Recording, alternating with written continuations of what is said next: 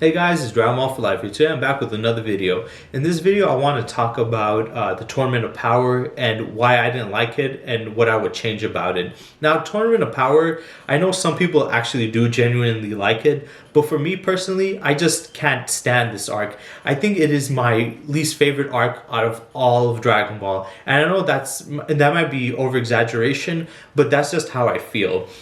I hate it more than the Golden Frieza arc. I hate it more than the Super 17 arc. Even though those two arcs were pretty stupid and badly written, and I absolutely hate Resurrection of F, at least those ones were short and had some interesting stuff. Whereas this one, it was long, and half of it was either boring to me or just annoying to me because of the writing, how stupid it was, and a lot of the dumb decisions they made. There's just a lot of stuff about it I didn't like.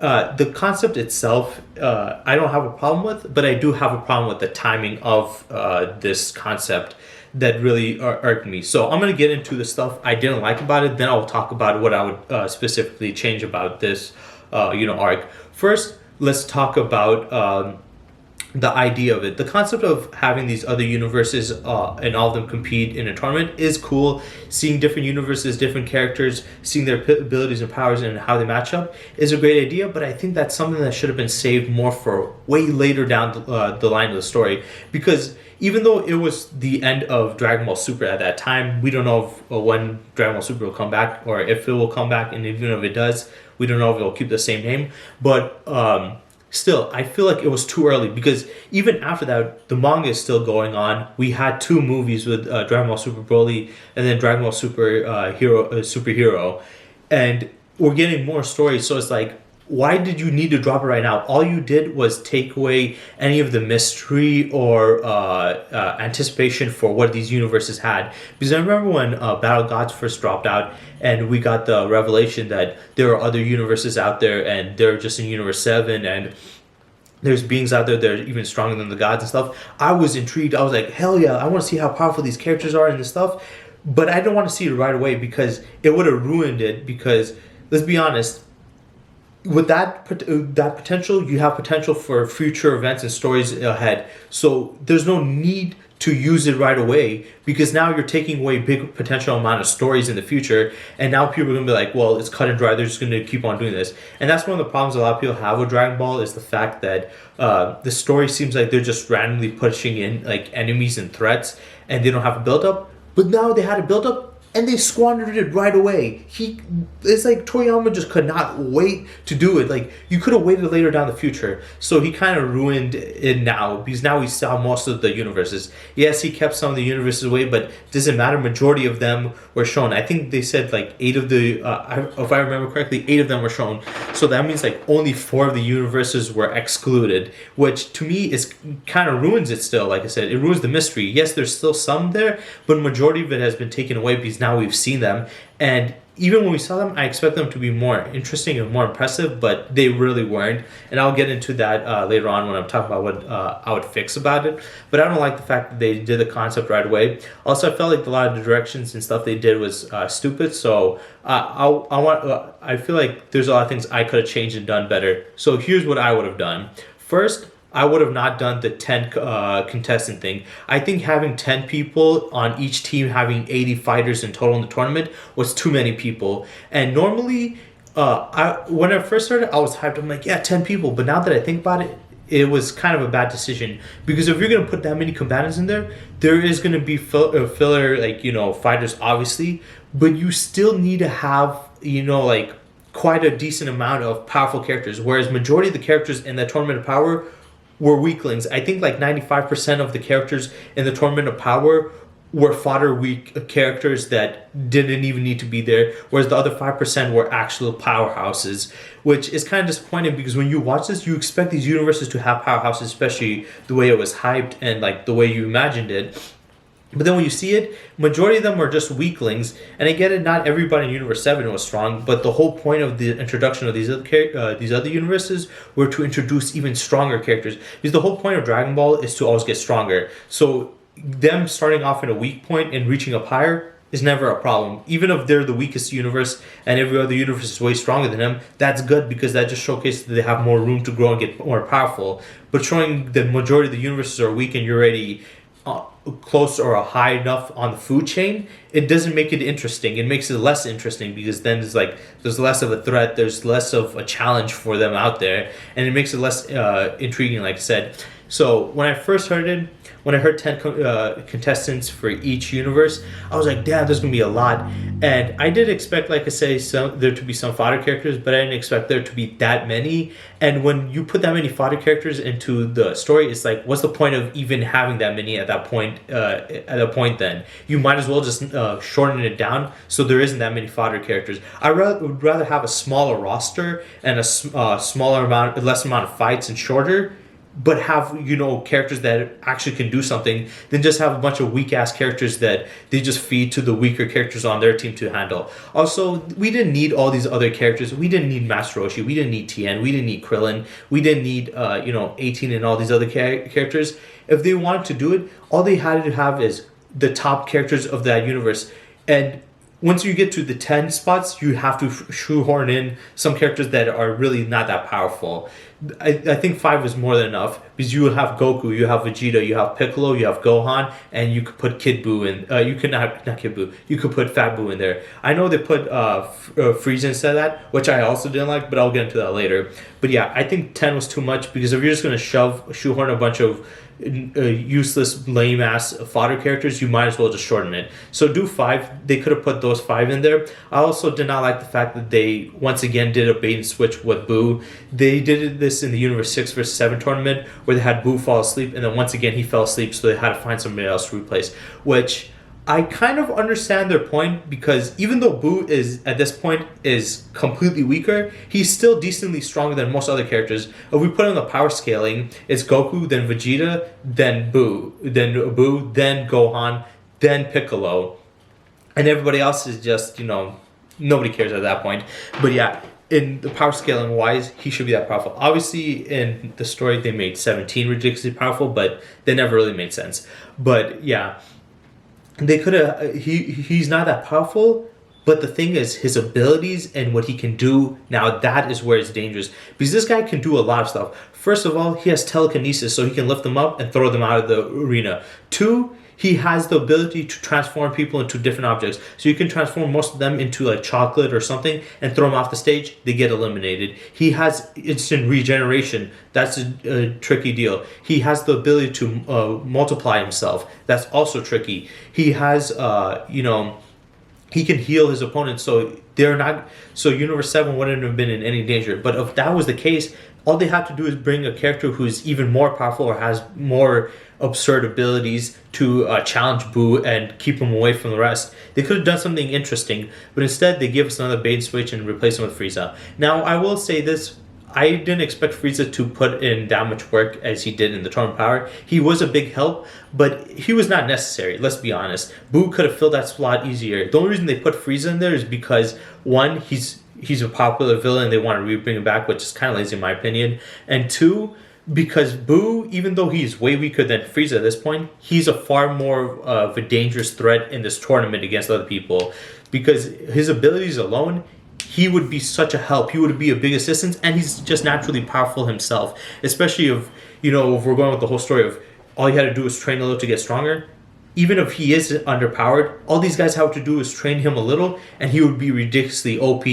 I mean, we saw how strong he got within one day and stuff in the training. So I don't like that. I want to see Buu. I love Buu. I think he's cool. I love his abilities. I want to see more of him. If there's any side character that they want to make ridiculously powerful, Buu would be the perfect candidate. I don't know why they're doing it for Frieza and 17 and shit when Buu is like already insanely OP from the beginning, even Fat Buu. So I think they could have done that. I don't like that aspect. Like I said, I don't hate Frieza, but it was not necessary. Another thing I didn't like about the Tournament of Power and that I would change would be most of the characters themselves. Besides the fact that a lot of them were fodder, there was a lot of pointless characters. There was characters that were boring that had no real depth, so we didn't really care. And then there was a lot of annoying characters like Brienne in her universe. She, and with her love stuff, was the most annoying thing. I remember when watching it, and every time I seen somebody watch it, they was just like, can they just move on? And I felt like they were just wasting time. And I don't know why. Because in the old days with, Dragon Ball and Dragon Ball Z, they had to follow the manga, so they had to, if they ever went too far, they had to put in some filler to wait for it. But the Dragon Ball Super does not follow the manga. The manga and Super are two different separate entities, so it could have done it whenever it wanted to. It could have done whatever it wanted to, so it didn't need filler. So why the hell have them in there? They were just putting them in. I think Toriyama thought that it was funny or some cool meta because he's doing the magic girl thing. But it's not funny. It's not cool. It was lame. It was corny. And it was so unfunny to the point it is just annoying. Everybody hates them. I haven't seen anybody say, Ribrianne in the Universe 2, I think they were so amazing. They were so cool. They were so funny. No, they were lame.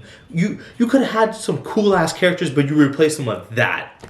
And we're supposed to sit here and be like, yeah, this Tournament of Powers is amazing when we have shitty characters like that. I hated them. They should have never had them in there. They were boring as hell characters. They should replace them with more impressive or interesting characters in general. And I'm going to address the big elephant in the room because these two characters I absolutely hated. Kel and Caulifla or Kefla, whatever. I hate these two characters. They are the epitome of hate for me. And I've made a couple of videos in the past, calling them out and the bad writing. They are badly written, and I mean, the power scaling is badly written, and their characterization is just annoying. I mean, what's her name? Caulifla is just a big shit talker. She's like Vegeta, but unlike Vegeta, she's not getting her ass handed to her every instance.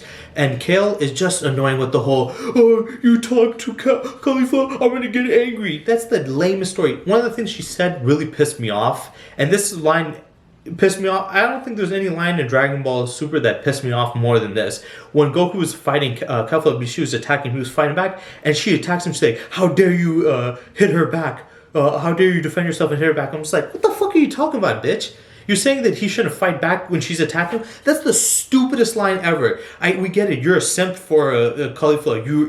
You love dick riding her and whatever. But that shit is fucking corny, and I hated that. I just hate these two characters in general. People like, they're badass female Saiyans. Yeah, they could put female Saiyans in there, but why make them so pathetic? And I think I didn't like the idea that these Saiyans didn't have the concept or no Super Saiyan until, Goku taught Kaba and, Universe 6 versus 7 tournament, and then, he taught it to them. I think what they should have done to save a lot of stupidity is simply just have them achieve Super Saiyan a long time ago and just be like, oh, we have the same form too, but, have different stuff change it, instead of just saying, oh, we never knew it, and now we randomly have it. Now we have this power. So I don't like that. I don't like their characters. Personally, I would have replaced them with completely different characters. Also, if you want to do the female Saiyans, don't make them OP. These characters are just newly introduced. They shouldn't be this powerful. I think they should have 100% depowered both Kale and Caulifla. They should have, depowered them. Because they're Saiyans, it's one thing if they were characters from a different race or completely separate, then I would be fine. Like Hit, he is not connected to any of the mythos of or the lore of Dragon Ball, so I don't have a problem with him being able to challenge Goku. But when you have Kale and Kefla, who are connected directly to the Saiyans, and we know how powerful the Saiyans are and how they work, it doesn't really make much sense. So, it's not, my problem wasn't the fact that they were, powerful. It's because I wanted more powerful characters. My problem was the fact that there were Saiyans that were that powerful to compete with them. If they had, just say, some characters that were different race that obtained their power through hard training and they went through crazy stuff and did something crazy, and they were that powerful, and, now dogging Goku and Vegeta, I would have been fine with that. That I would have been fine with. Because then I'd be like, I can't say, because then I'll be like, well, I don't know their backstory. I don't know where they come from, what they've dealt with. But when you see these Saiyans, it's just like, well, you're part of the Saiyan story and we know how the Saiyans work. So if you go outside of that, it's an inconsistency. I don't care if your Universe 6 Saiyans supposed to be more powerful. That's just lazy writing to me. You might as well have just done different. Like I said, I don't have a problem with Jiren. I don't have a problem with Hit. I don't even have a problem with Granola. Why? Because these characters are from different races. They had different ways to obtain these powers. So that I respect. It's just the fact that they had Saiyans surpass these Saiyans when these guys bust their ass off more. It just makes them look like chumps. I don't like that. Also, I don't like how Goku and Vegeta whipped out Super Saiyan Blue every instance against weak people. If it was me, I would have them use the Super Saiyan Blue once in a while against significantly stronger opponents. Most of the other opponents that they would fight, they would just be using Super Saiyan 1, 2, or 3, they wouldn't need to go that far. I think that was just ridiculous. I didn't like that idea. Yeah, I would have a bunch of more stronger characters. Also, I would have changed the rules. The rules were no killing and no using weapons and stuff like that. Personally, the problem with that is, well, the no killing rule, I didn't like that because they did that for Universe 6 vs 7 tournament, and that was already lame. I didn't like that when they did that the first time, the Universe 6 vs 7 tournament, because we didn't get to see Hit's full potential. And of their universe is going to be erased anyway. What does it matter if they die? If they die in the fight, what does it matter? And even if you say, well, oh, they wouldn't have been brought back with the wish and stuff, well, Zeno could have brought them back and stuff. They could have brought them back another way.